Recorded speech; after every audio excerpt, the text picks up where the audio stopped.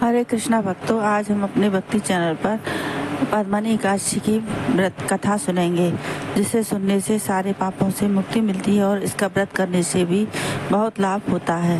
राधे राधे। बहुत समय पहले की बात है। त्रेतायुग में एक पुण्यशाली राजा थे, जिनका नाम कृतवीर्य था।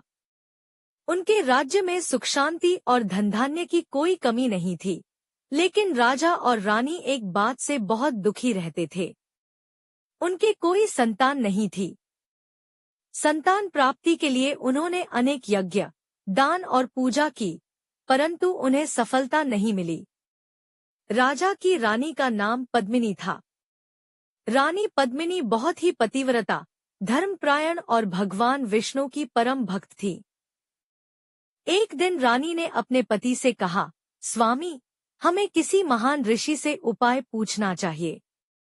दोनों वन में जाकर महान तपस्वी ऋषि अनसुया माता के आश्रम पहुंचे। रानी पद्मिनी ने विनम्रता से माता अनसुया के चरणों में प्रणाम किया और अपनी पीड़ा सुनाई।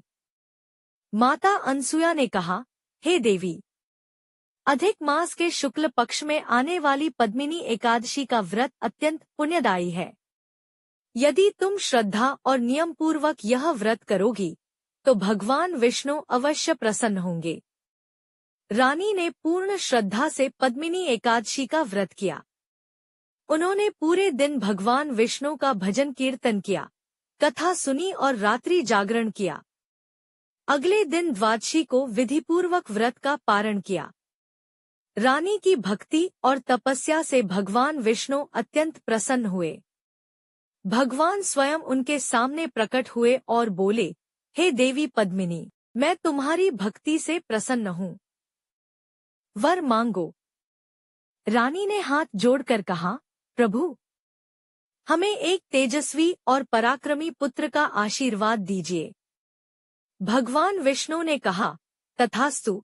कुछ समय बाद रानी को एक अत्यंत बलशाली पुत्र की प्राप्ति हुई, जिसका नाम कार्तवीर्य अर्जुन पड़ा। वह आगे चलकर बहुत महान और प्रतापी राजा बना।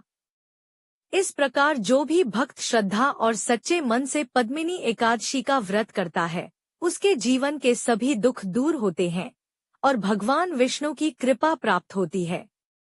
यह व्रत सुख, समृद्धि और मोक्ष देने वाला माना गया है।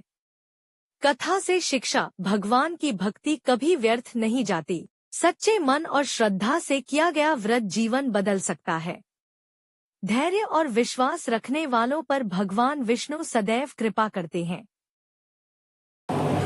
हरे कृष्णा भक्तों, अगर आपको यह वीडियो पसंद आई हो तो लाइक और सब्सक्राइब जरूर करें। राधे राधे।